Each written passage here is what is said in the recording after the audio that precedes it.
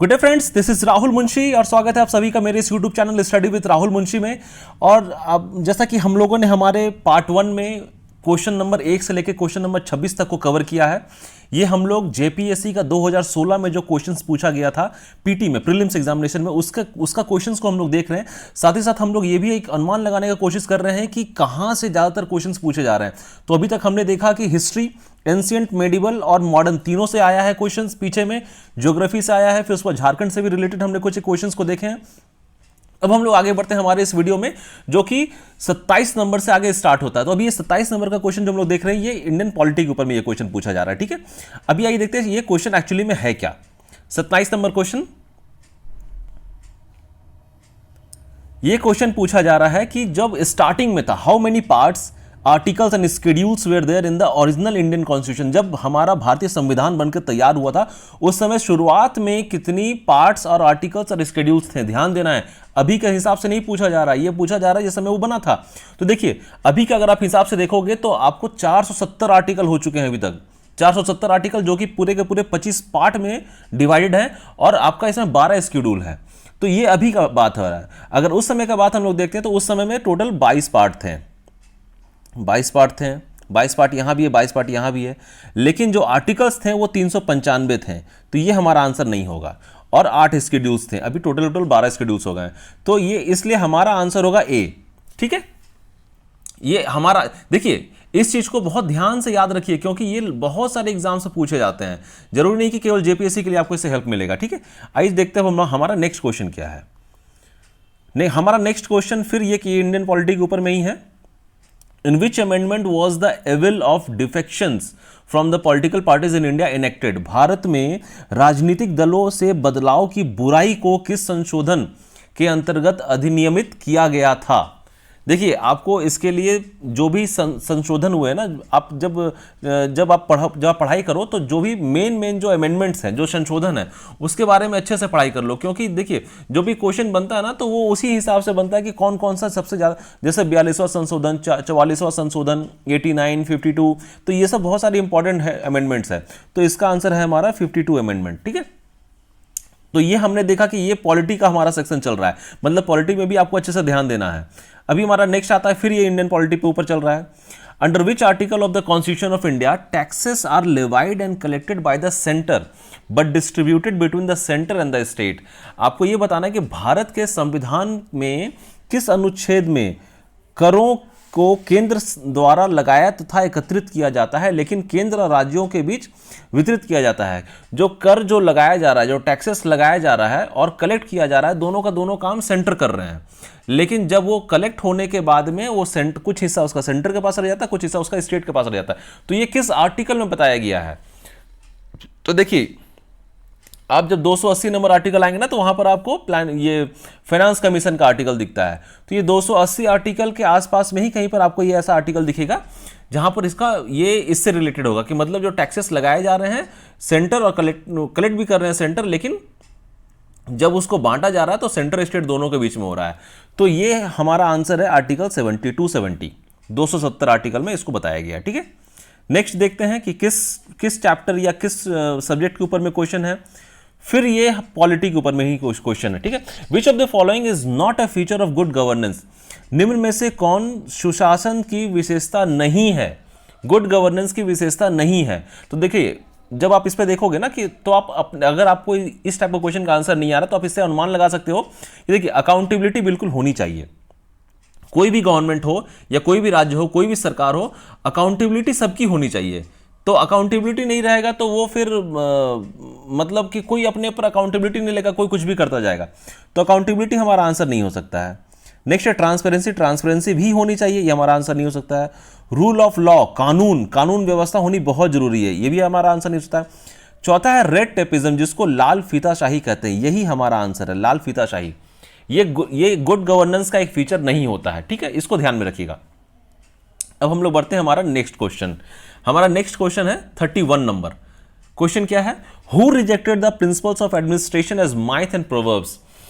ये देखिए जब आप पब्लिक एडमिनिस्ट्रेशन का जब आप स्टार्टिंग का थ्योरीज पढ़ेंगे ना तो वहां पर आपको बहुत सारे थ्योरिस्ट वहां पर आपको दिखेंगे। और जो अपने अपने हिसाब, जैसे हर्बर्ट साइमन है, डॉयट वाल्डो है, फ्रैंक मरीनी है, FW रिग्स है, तो ये सभी अपने अपने हिसाब से ना बहुत सारे प्रिंसिपल्स दिए हैं। तो यहाँ पर आपको बताना है कि वो कौन थे जिसने ये principle of administration as myth and proverb को रिजेक्ट कर दिया था।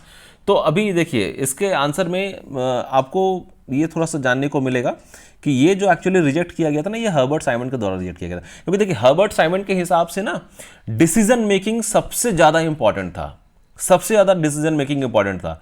आप जब पब्लिक एडमिनिस्ट्रेशन का कुछ एक पार्ट देखोगे तो वहाँ पर आपको ये सभी पॉइंट्स आपको देखने को मिलेंगे। इसी के लिए मैं आपको बता रहा हूँ कि कोई भी चीज़ को अपना एजम्पशंस के हिसाब से छोड़िएगा नहीं कि यार ये नहीं आ सकता, इसको छोड़ देते, इसको नहीं पढ़ते हैं, ठीक है। अब हम लोग बढ़ते हैं नेक्स्ट क्वेश्चन की तरफ। नेक्स्ट क्वेश्चन हमारा 32वां नंबर क्वेश्चन है।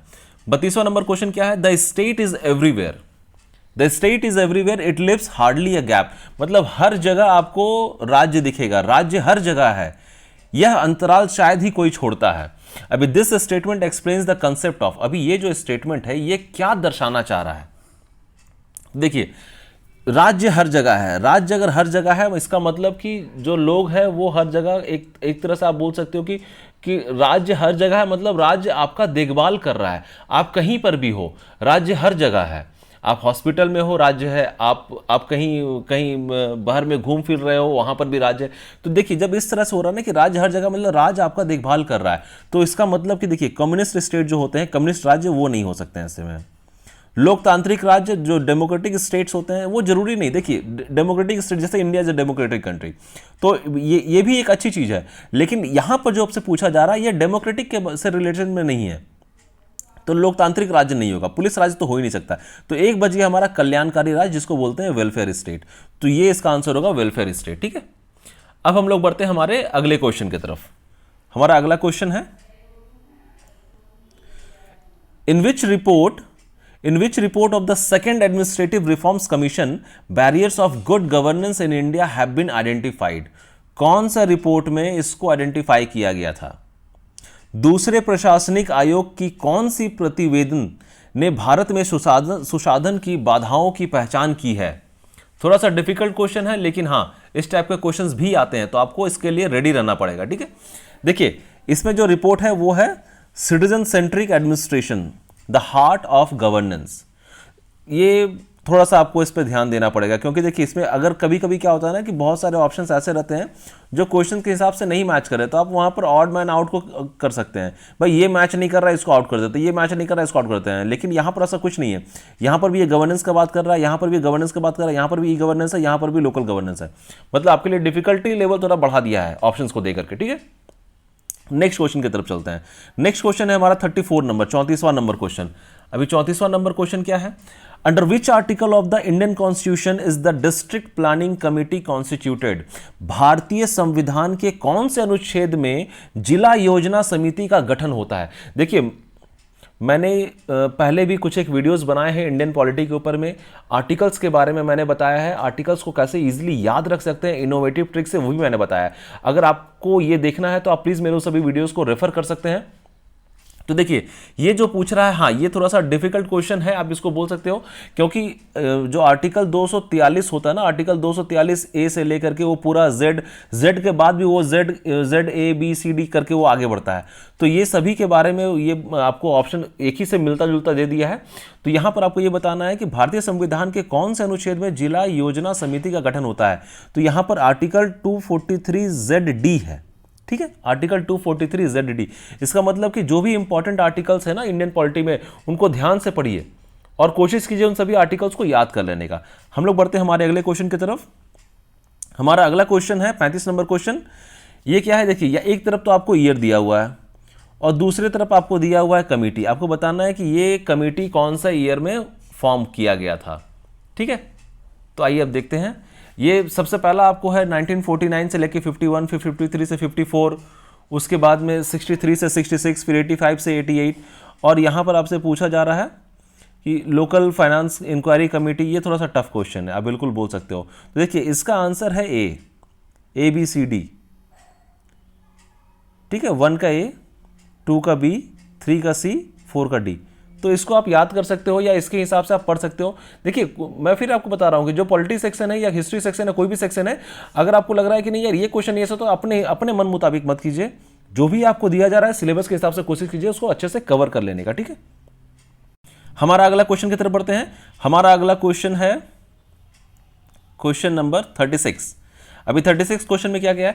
The recommendation of the 14th finance commission for increase the share of net proceeds of union taxes between centre to state has been fixed at. अभी देखिए ये अभी का जो बजट है उसमें एक बहुत इंपॉर्टेंट ये आपको देखने को मिलेगा।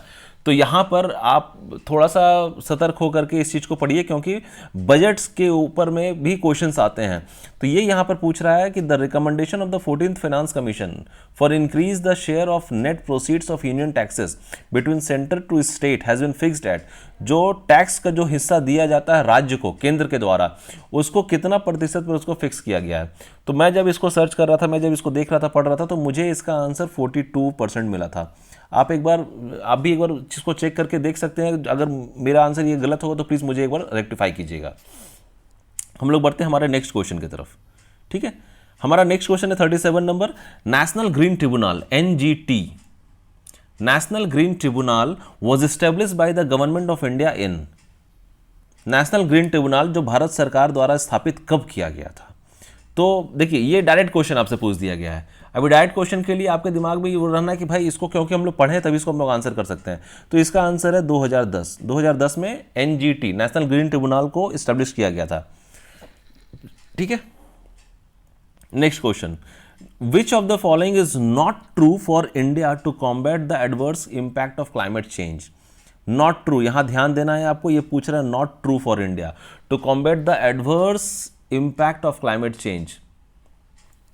भारत के परिप्रेक्ष्य में निम्नलिखित में से कौन सा कथन जलवायु परिवर्तन के दुष्प्रभाव के संदर्भ में सत्य नहीं है? ठीक है, कोई आइडिया आपको? देखिए अगर आप पढ़े हुए हो तो अभी आप इसका आंसर कर पाओगे, नहीं तो फिर ये तुक्का मारने से नहीं चलने वाला ये सब आंसर्स, ठीक है। देखिए इसका आंसर है not attended the 19th meeting of BASIC at Sun City South Africa held recently. क्योंकि देखिए establishment of clean development mechanism, हाँ है, बिल्कुल है, ये ट्रू है। Investment of ₹100 crore as an initial corpus for national adaptation fund, ये भी सही है। ये जो बोल रहा है नॉट अटेंडेड, भाई अटेंडेड तो हुआ था, तो नॉट अटेंडेड जहाँ ये पूछ दे वो हमारा आंसर गलत हो जाएगा। All of the above are true, ये भी गलत है। तो हमारा ये जो नॉट ट्रू जो बता रहा है ये हमारा आंसर सही होगा, सी, ठीक है। अभी बढ़ते हैं हम लोग अगले क्वेश्चन की तरफ। हमारा अगला क्वेश्चन है 39 नंबर क्वेश्चन। ये फिर एकदम मैच ऑफ द फॉलोइंग है, ठीक है। अभी मैच ऑफ द फॉलोइंग में एक तरफ आपको ये कुछ इनइक्वालिटीज री एग्जामिन्ड दिए गए हैं, इधर पे दिए गए हैं उनके नाम। अभी आपको इसको मैचिंग करना है कि कौन किनका सही है। कुछ आइडिया इस क्वेश्चन को देख करके कुछ भी आइडिया आपको लग रहा हो? अगर नहीं लग रहा है तो देखिए अभी यहाँ पर क्या है ना कि जैसे मैं आपको पहले बता चुका हूँ, अगर आप इसको पढ़ाई कर चुके हैं तभी आप इसको अच्छे से कर पाओगे। तो यहाँ पर इसका आंसर होना है डी, ठीक है। अभी डी देखिए, डी में क्या है, A3 B1 C4 D2 3142। अभी 3142 को हम लोग यहाँ पर देखते हैं, 3142। अभी ये हो गया 3, ये हो गया 1, ये हो गया 4, ये हो गया 2, 3142। इनइक्वालिटी री examined Amartya Sen. The price of inequality Joseph E स्टिल्जिट। Inequality that can be done, Anthony B. Atkinson, the economics of inequality, Amartya Sen. अच्छा सॉरी, ये यहाँ पर गलत हो गया, मैं इसको फिर से एक बार रेक्टिफाई कर देता हूँ। 3142, अभी 3142 देखिए, ये हो गया 3, ये हो गया 1, ये हो गया 4 और ये हो गया 2। तो द इकोनॉमिक्स ऑफ इनइक्वालिटी ये थॉमस पिकेटी का है, ठीक है। थोड़ा डिफिकल्ट क्वेश्चन है, लेकिन हाँ पढ़ना सब कुछ पड़ेगा, नहीं तो फिर आपको ये मान के चलना पड़ेगा कि एग्जाम में आप क्वेश्चन को छोड़ करके आ रहे हैं। नेक्स्ट में फिर आपको मैच ऑफ द फॉलोइंग्स दे दिया है, फिर एक डिफिकल्ट क्वेश्चन है। देखिए जो कमिटीज़ बनते हैं ना, कमिटीज़ के बारे में अच्छे से ध्यान लगा करके पढ़िए, क्योंकि बहुत सारे कमिटीज़ के बारे में पूछे जाते हैं कि ये कमेटी किससे रिलेटेड है। तो अभी देखिए, अभी हम लोग आते हैं, एक तरफ आपको दिया हुआ है ये इस तरफ कमेटी का नाम है, दूसरा तरफ ये है कि ये किससे रिलेटेड है ये कमेटी। तो अभी कुछ भी आइडिया देखिए, यहाँ पर क्या है ना कि कमेटी में अगर आप थोड़ा सा अगर पढ़ाई किए हुए हो तो आपको आइडिया मिल जाएगा कि भाई एक अगर चारों का चारों आपको नहीं पता है ना, तो आपको कम से कम एक दो पता चल जाएगा, और अगर एक दो भी पता आपको चल जाता है तो उससे आप थोड़ा सा अनुमान लगा सकते हैं। देखिए ये जो चक्रवर्ती कमेटी एक तरफ है, एक तरफ नरसिम्हन कमेटी है, तेंदुलकर कमेटी है, चलैया कमेटी है, दूसरा tax reform, poverty estimation, banking sector reform, financial sector reform.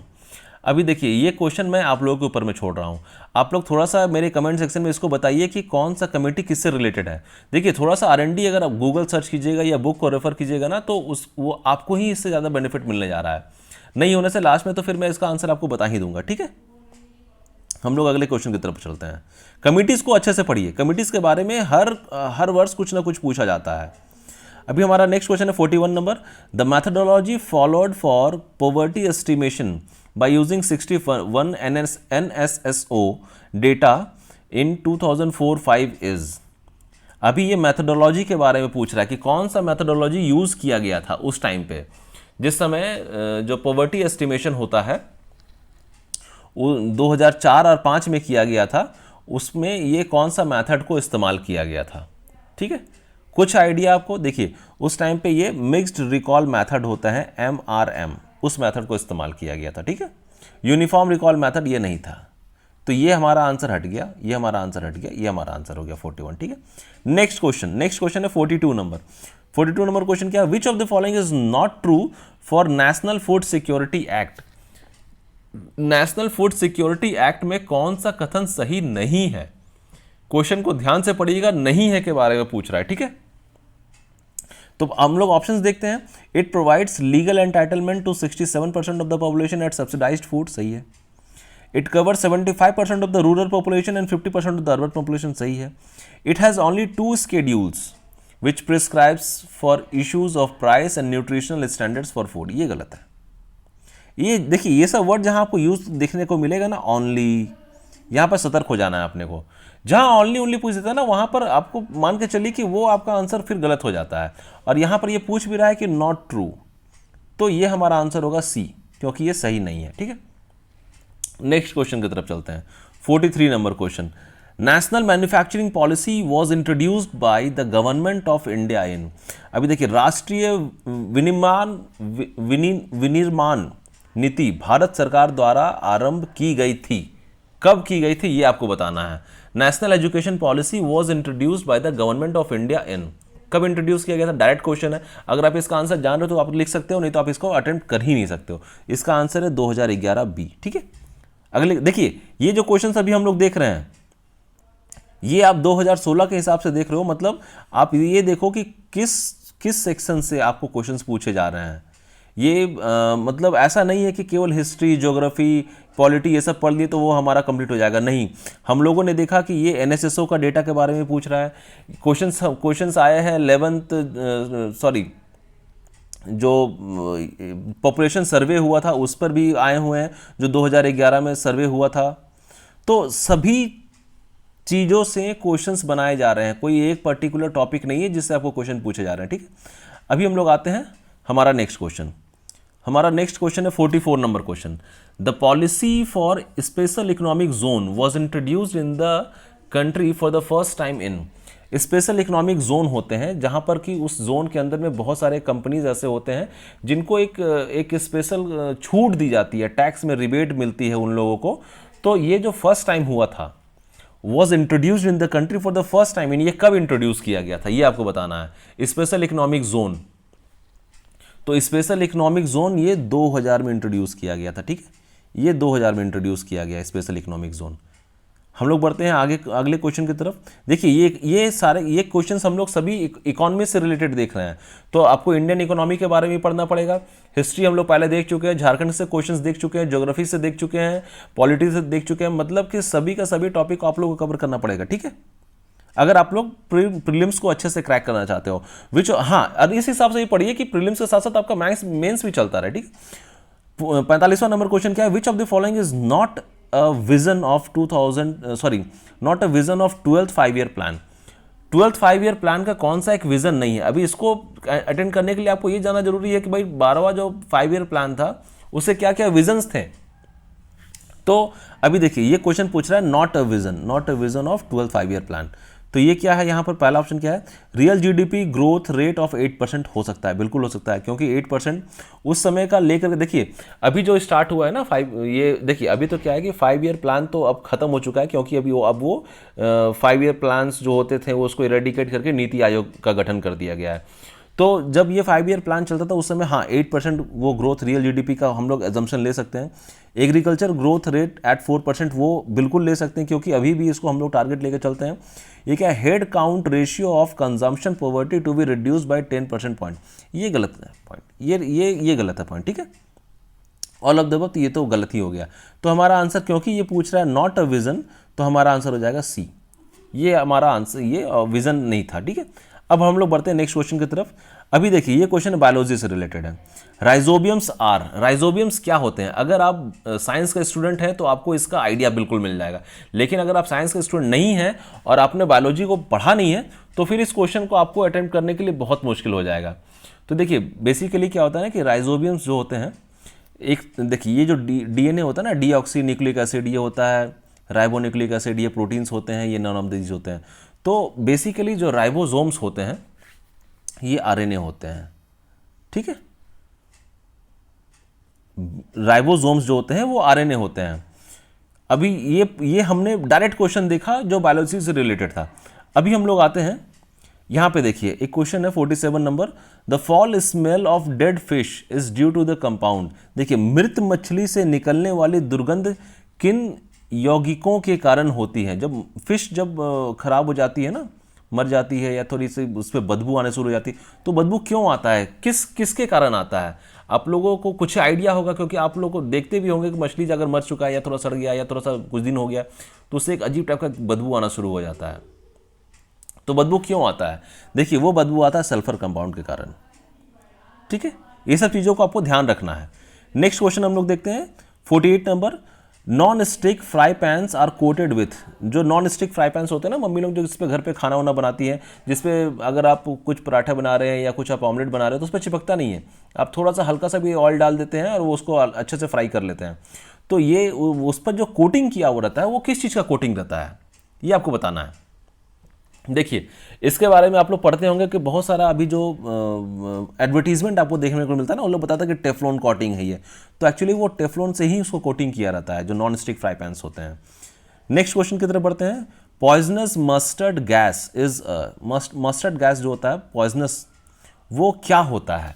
Poisonous mustard gas, अभी देखिए नाम से आपको लग रहा है कि ये गैस है, तो बहुत सारे स्टूडेंट ऐसे रहेंगे कि भाई इसको गैस में टिक कर देंगे, लेकिन एक्चुअली में ये लिक्विड होता है, ठीक है।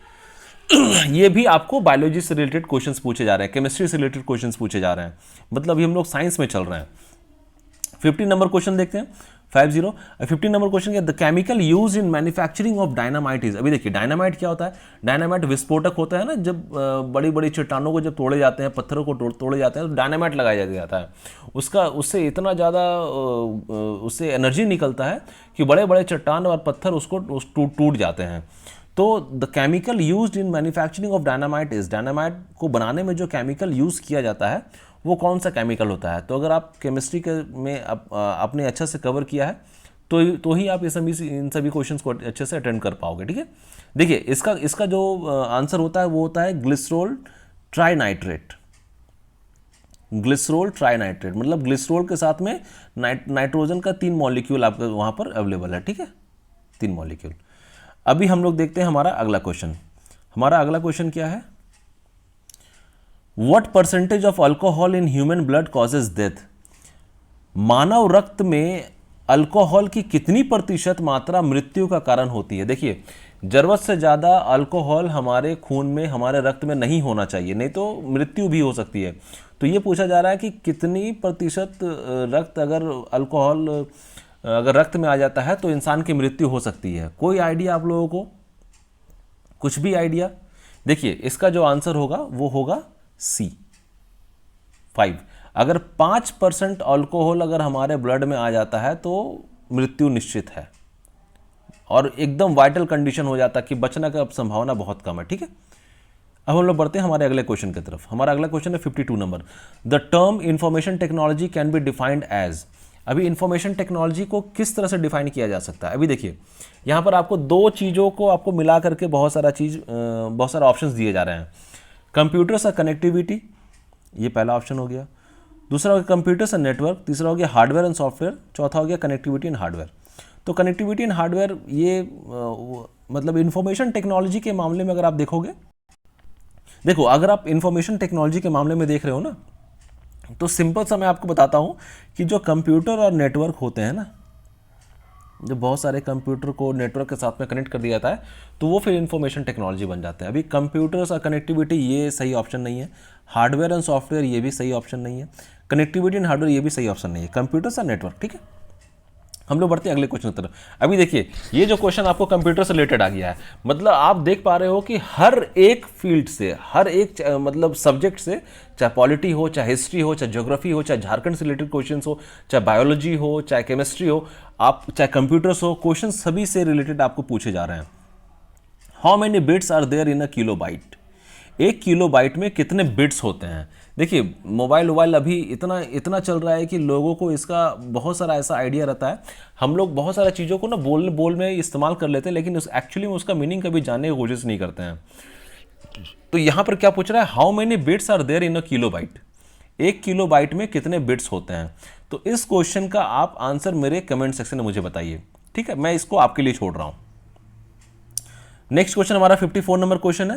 विच of the following is not an output device. अभी देखिए अगर आप कंप्यूटर के बारे में जान रहे हैं तो आपको पता होगा कंप्यूटर में क्या क्या चीज़ लगता है। कंप्यूटर में मॉनिटर होते हैं, टच स्क्रीन होते हैं, प्रिंटर होते हैं, प्लॉटर्स होते हैं, सीपीयू होते हैं, माउस होते हैं, बहुत सारी चीज़ होते हैं कंप्यूटर में। तो यहाँ पर यह पूछा जा रहा है कि विच of the following is not an output device. आपको ध्यान रखें आउटपुट डिवाइस इसमें से कौन नहीं है, आपको ये ध्यान देना। देखिए इनपुट वो होता है कि जहाँ पर हम लोग कुछ कमांड देते हैं, आउटपुट होता है जहाँ से हम लोगों को कुछ मिलता है। तो कौन सा आउटपुट डिवाइस? मॉनिटर। अगर आप जब देखते हो, आप कीबोर्ड में कुछ टाइप करते हो, मॉनिटर आपको दिखाता है, तो मॉनिटर आपका आउटपुट डिवाइस हो गया।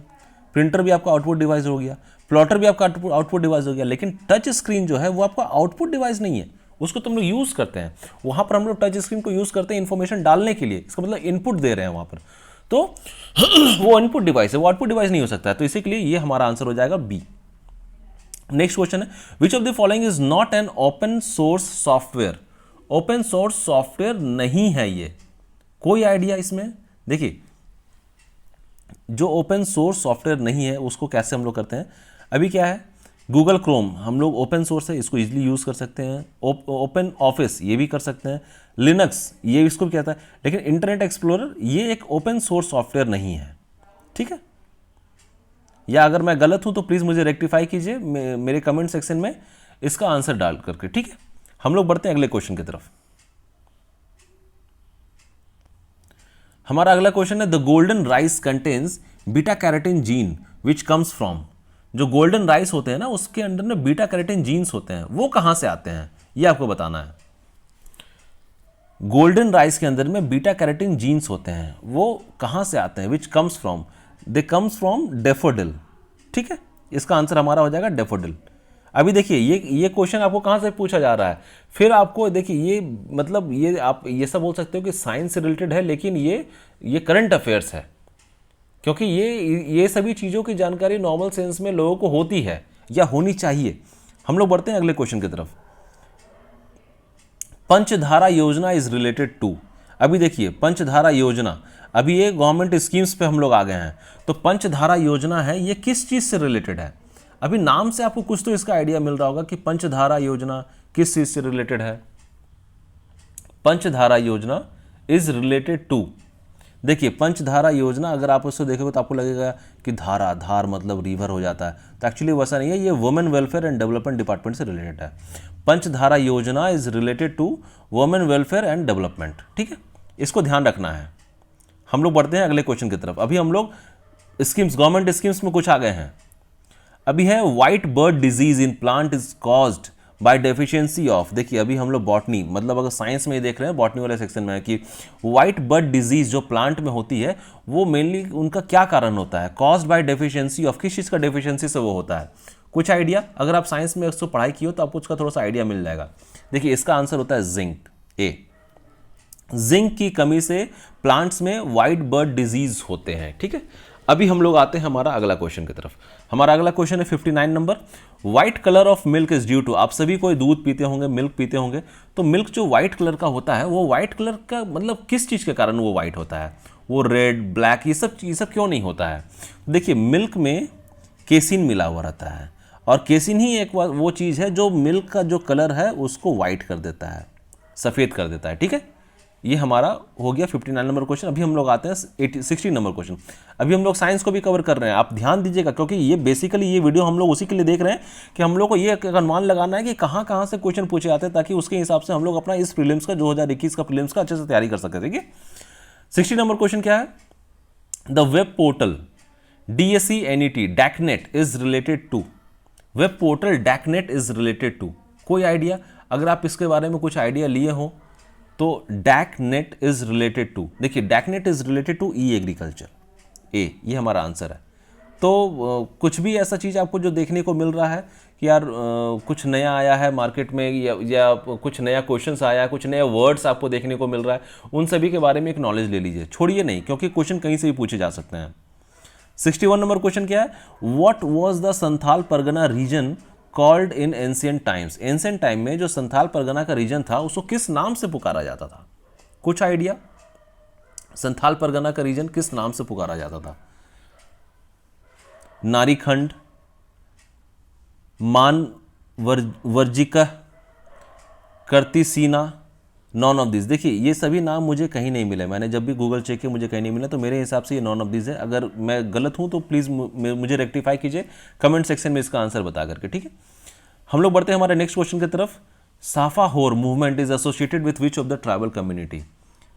अभी देखिए ट्राइबल कम्युनिटी के बहुत सारे मूवमेंट हुए हैं, चाहे मुंडाज हो, चाहे हो, चाहे संथाल हो, चाहे खरिया हो, बहुत सारे हुए हैं। तो अभी ये जो पूछा जा रहा है साफा होर जो मूवमेंट हुआ था ये ट्राइबल के किस कम्युनिटी से ये रिलेटेड है, तो ये हमारा आंसर है सी, संथाल कम्युनिटी से रिलेटेड, ठीक है, संथाल कम्युनिटी से। नेक्स्ट क्वेश्चन की तरफ बढ़ते हैं। Who among the following is a primitive tribe, कौन सा इसमें ऐसे ट्राइब है जो प्रिमिटिव है, मतलब काफ़ी सालों से, काफ़ी पहले से हैं, ऐसा नहीं है कि मतलब बहुत सालों के बाद बने हैं या हाल फिलहाल में बने, ऐसा नहीं है। प्रिमिटिव का मतलब ही होता है आदिम जनजाति। तो कौन से ऐसे ट्राइब हैं जो आदिम जनजाति हैं, कुछ आइडिया आपको। देखिए आदिम जनजाति की जब यहाँ बात हो रहा है ना, तो इसका आंसर होगा डी, कोरवा। कोरवा ट्राइब एक ऐसा ट्राइब है जो कि प्रिमिटिव ट्राइब हम लोग उसको बोलते हैं, कोरवा। हम लोग बढ़ते हैं अगले क्वेश्चन की तरफ। अगला हमारा क्वेश्चन है, अंडी और ओरोप्तिपी नाम से प्रचलित विवाह किस आदिवासी समुदाय से संबंधित है। ये देखिए ये जो है ना कि आदिवासी समुदाय जो होते हैं वहाँ पे विवाह बहुत तरीके से होते हैं, तो इन सभी चीज़ों को बहुत अच्छे से पढ़िएगा जब आप आदिवासी के बारे में, आदिवासी के कल्चर्स के बारे में आप जब पढ़ाई कर रहे हो तो ये जो अंडी और ओरोप्तिपी नाम से प्रचलित विवाह किस आदिवासी समुदाय से संबंधित है, कुछ आइडिया आपको। देखिए ये हाँ थोड़ा सा डिफिकल्ट क्वेश्चन है, लेकिन अगर आप वो कल्चर्स ऑफ ट्राइबल के पढ़े होंगे ना कि आदिवासी लोगों के जो कल्चर होते हैं उससे रिलेटेड, तो आप इसको आंसर कर सकते हो। इसका आंसर है हो, जो हो आदिवासी जनजाति होते हैं ना, वहाँ पर जो विवाह होते हैं वो बहुत तरीके से होते हैं। उनमें से एक का नाम है अंदी और एक का नाम है ओपोरतिपी, ठीक है। अभी हम लोग बढ़ते हैं अगले क्वेश्चन की तरफ। हमारा अगला क्वेश्चन है 65 number question. Which of the following temples was built by the ruler Puranmal. Puranmal जो एक रूलर थे उनके द्वारा मंदिर बनाई गई थी, वो कौन सी ऐसी मंदिर है जो उसको बनाई गई थी पूरनमल के जी के द्वारा, कुछ आइडिया आप लोगों को। देखिए उनके द्वारा शिवा टेम्पल बनाया गया था जो देवघर में है, बाबा धाम जिसको बोलते हैं ना, ये बनाया गया था पूरनमल जी के द्वारा, जो शिवा टेम्पल एट देवघर। बढ़ते हम लोग अगले क्वेश्चन की तरफ। ये क्या है, महुआ डार आरंभ, जो महुआ डार सेंचुरी है ये झारखंड के किस जिले में स्थित है।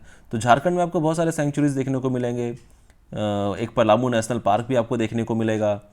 तो यहाँ पर ये पूछा जा रहा है कि महुआ डार सेंचुरी जो है वो झारखंड के किस जिले में स्थित है, कुछ आइडिया आप लोगों को, कुछ भी।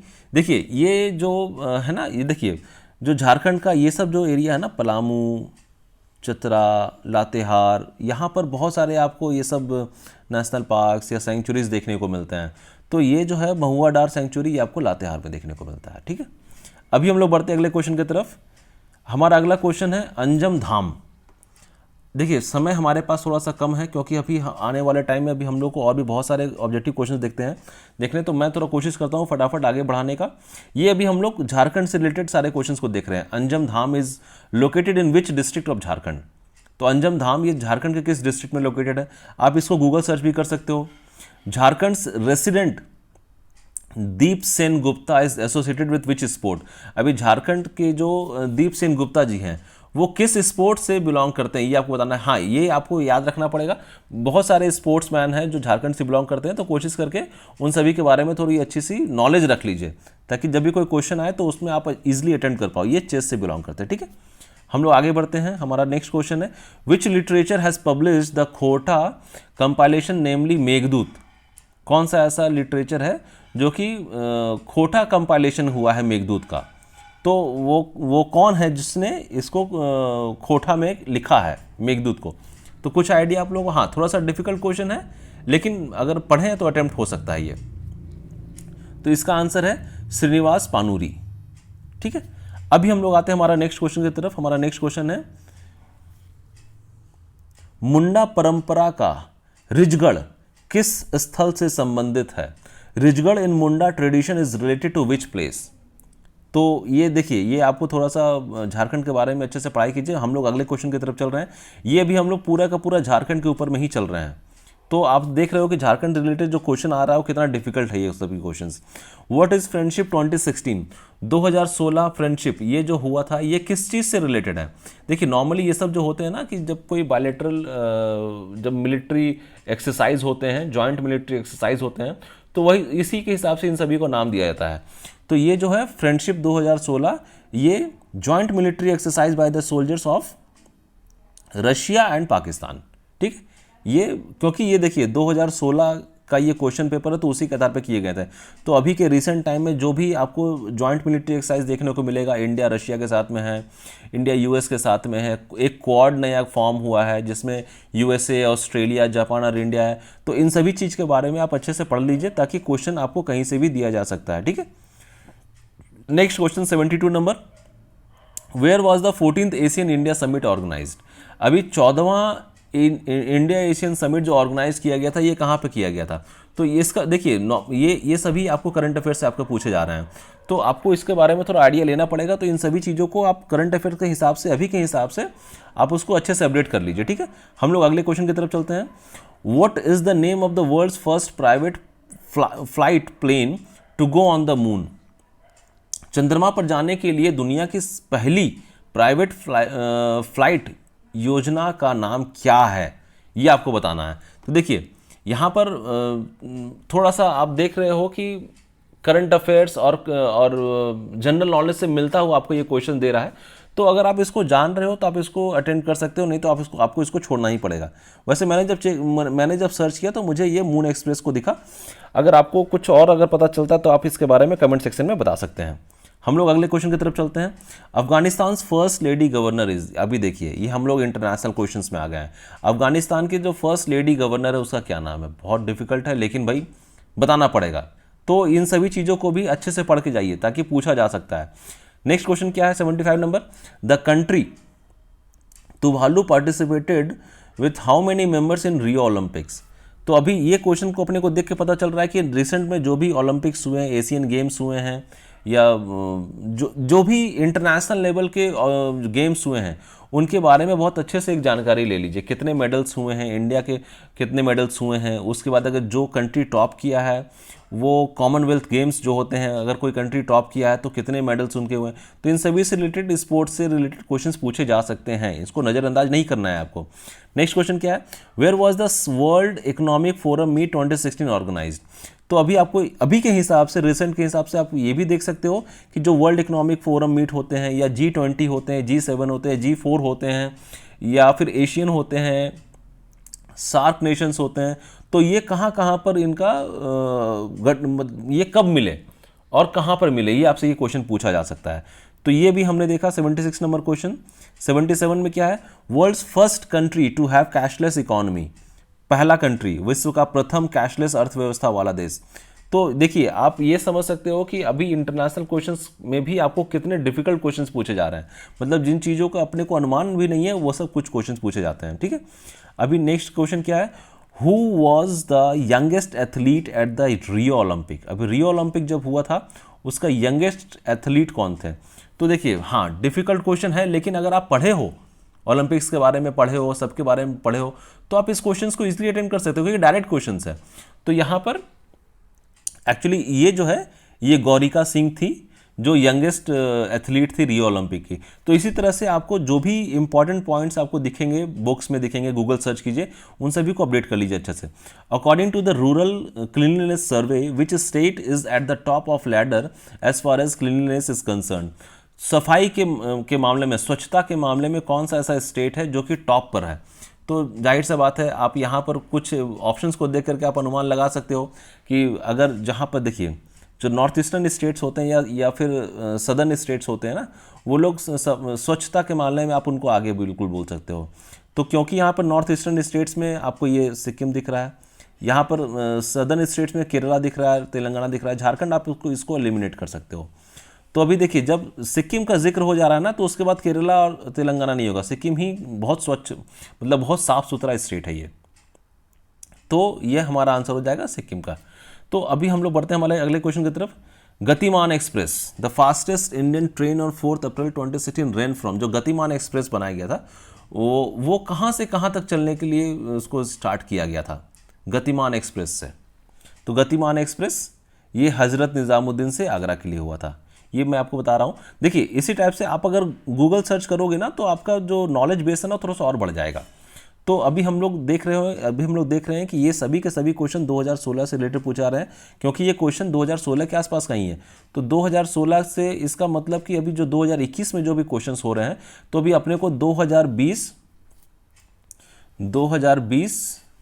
और 21 से रिलेटेड जो भी आपको इंपॉर्टेंट पॉइंट्स है, सभी का सभी करंट अफेयर्स को आप अपडेट कर दीजिए, क्योंकि क्वेश्चंस बिल्कुल पूछे जा सकते हैं।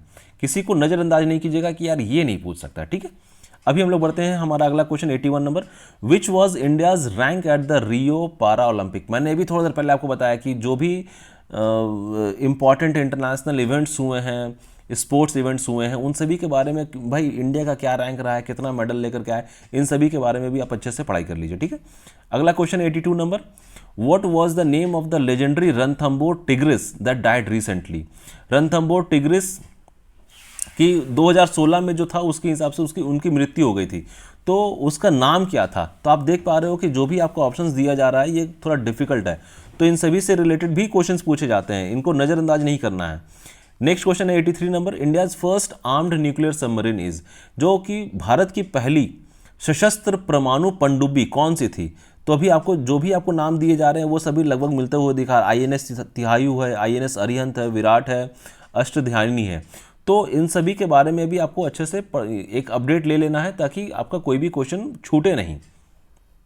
Next question 84 number, project loon is related to, project loon किससे रिलेटेड है। अभी देखिए ये आपको फिर मतलब इस टाइप से क्वेश्चन है कि ना आपको ये chemistry, physics, maths, history, polity से रिलेटेड नहीं है, ये आपको करंट अफेयर से रिलेटेड आ रहा है। मतलब ये रिसेंट में जो प्रोजेक्ट लून हुआ था 2016 के हिसाब से, उसके बारे में ये क्वेश्चन है।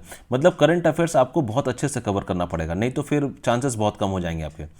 85 नंबर क्वेश्चन क्या है, स्टैंड अप इंडिया स्कीम। देखिए स्टैंड अप इंडिया स्कीम है या स्टार्टअप इंडिया स्कीम है, ये स्कीम्स चलाए जाते हैं गवर्नमेंट ऑफ इंडिया के द्वारा, ताकि जो खास करके जो बैकवर्ड क्लासेस के लोग रहते हैं ना, या वुमेन एंटरप्रेन्योर्स रहती हैं, उनको एक बढ़ावा देने के लिए, ताकि वो लोग अपने हिसाब से उनको लोन्स दी जाए, वो लोग अपना कि जो एंटरप्रेन्योरशिप को बढ़ावा दिया जाए, तो इससे मेनली रिलेटेड रहता है। तो अभी आपको जो ऑप्शंस भी दिए जा रहे हैं वो सभी उसी से रिलेटेड ही दिए जा रहे हैं कि ये इनकरेज करना है एंटरप्रेन्योरशिप, या SC ST और वुमेन्स को, या बैकवर्ड क्लासेस को, शेड्यूल कास्ट को, या केवल वुमेन एंटरप्रेन्योर्स को। देखिए केवल जहाँ पर आ जाता है ना वर्ड, मैंने आपको पहले भी कहा है कि यहाँ पर सतर्क हो जाना है। तो यहाँ पर एक्चुअली ये जो स्टैंड अप इंडिया जो चलाया गया था ना, ये to encourage entrepreneurship among SC ST and women entrepreneurship को बढ़ावा देने के लिए किया गया था।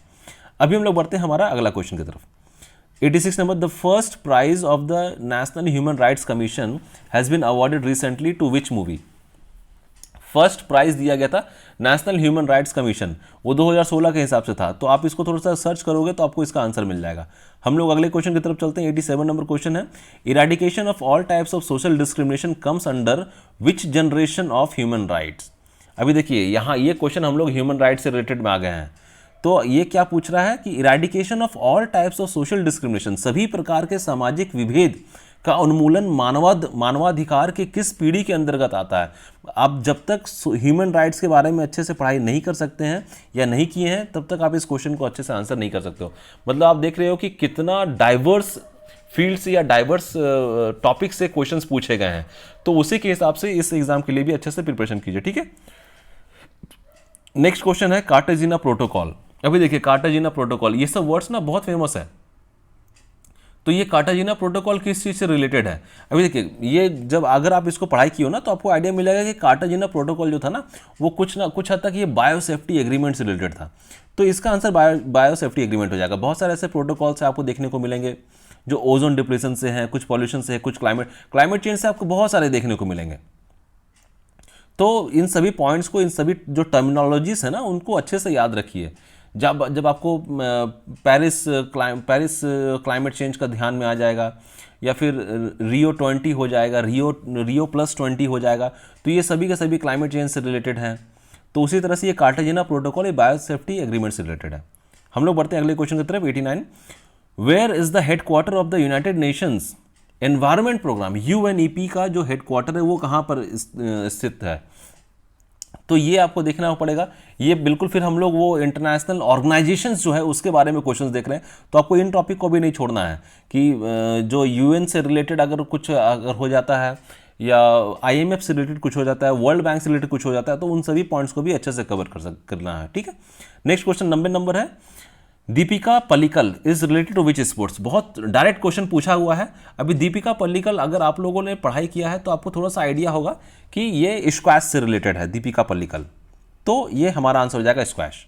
नेक्स्ट क्वेश्चन है velodrome. Velodrome is related to which sports? अभी वेलेंड्रॉम किस स्पोर्ट से रिलेटेड है? फिर हम लोग स्पोर्ट्स से देख रहे हैं। ये क्वेश्चन भी हमने स्पोर्ट्स से देखा ऊपर वाला, ये क्वेश्चन भी स्पोर्ट्स से आ गया है। अभी हम लोग देखते हैं अगला क्वेश्चन क्या है।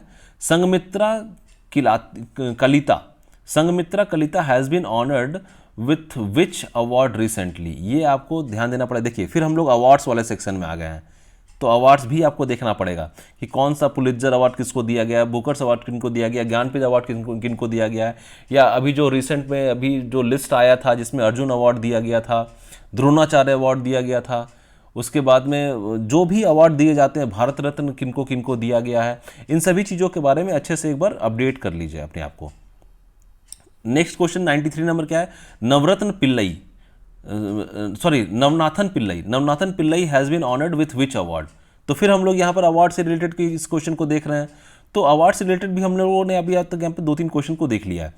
हमारा नेक्स्ट क्वेश्चन है 94 number, which is the national centre for disaster management located? Sorry, where is the national centre for disaster management NCDM located? ये कहाँ पर स्थित है, national centre for disaster management? तो ये डायरेक्ट क्वेश्चन है। अगर आपने इसके बारे में थोड़ा पढ़ा है तो आपको इसका तुरंत में आपको आंसर पता चल जाएगा कि ये जो NCDM है ये NCDM कहाँ पर स्थित है। तो नॉर्मली ये जो NCDM है ये आप गूगल में भी चेक कर सकते हो कि नागपुर में है कि न्यू दिल्ली में है कि हैदराबाद में है कि पुणे में, ठीक है। हम लोग बढ़ते हैं अगले क्वेश्चन की तरफ। 95 number, when did the prime minister Narendra Modi launched national disaster management plan? जो भारत के जो प्रधानमंत्री है श्री नरेंद्र मोदी जी ने राष्ट्रीय आपदा प्रबंधन योजना नेशनल डिजास्टर मैनेजमेंट जो प्लान था वो कब जारी किया था? तो इसको आपको थोड़ा सा एक बार देखिए। ये सभी क्वेश्चंस का ऑप्शन मैं आपके लिए इसलिए छोड़ रहा हूँ तो क्योंकि जब आप गूगल सर्च करोगे ना तो उससे रिलेटेड आपको बहुत सारे पॉइंट्स मिलेंगे जो आपको अपडेट कर सकते हैं। अगर सिंपली मैं आपको आंसर बता दूंगा तो आप इस आंसर को देख करके छोड़ दिए, फिर आपका वो जो पेरीफेरी में जो क्वेश्चंस बनते हैं वो आपका अपडेट नहीं हो पाएगा। अभी हम लोग बढ़ते हैं अगले क्वेश्चन की तरफ। 96 number, the cyclic poor are those? The cyclic poor are those. अभी देखिए फिर आपको यहाँ पर कुछ हद तक आप देख सकते हो कि मतलब इस फील्ड से क्वेश्चन दिया गया है जिसको आप किसी से रिलेट नहीं कर सकते हो कि हिस्ट्री, सिविक्स, ज्योग्राफी, ऐसा नहीं। हाँ, अगर आप कुछ हद तक देख सकते हो तो जो सिविक्स पोर्शन होते हैं या फिर इकोनॉमी से रिलेटेड भी आप इसको बोल सकते हो कि the cyclic poor are those. ये कौन होते हैं जो साइक्लिक पुअर होते हैं? मतलब कि जो साइकिल होता है ना कि एक वो चलता रहता है, फिर एक समय आएगा फिर वो वहीं से रिपीट होता है, तो उससे रिलेटेड है। The cyclic poors are those who continuously shuffle between being poor and non poor. क्योंकि देखिए साइकिल का मतलब ही क्या होता है, साइकिल का मतलब क्या हो गया कि ये गोल गोल चलता रहेगा, गोल गोल चलता रहेगा। इसका मतलब क्या है कि ये एक पार्ट यहाँ से जो शुरू हो रहा है फिर वापस यहाँ आएगा, फिर यहाँ से शुरू हो रहा है फिर यहाँ आएगा। इसका मतलब कि ये जो हु कंटिन्यूसली सफल between being poor and non poor, कि जो कभी पुअर होते हैं फिर कभी नॉन पुअर होते हैं, फिर कभी पुअर होते हैं फिर कभी नॉन पुअर होते हैं। ठीक है, ये हो गया। हमारा अगला क्वेश्चन है 97 नंबर, डिसगुइज्ड अनएम्प्लॉयमेंट मीन्स, प्रच्छन्न बेरोजगारी का अर्थ क्या है?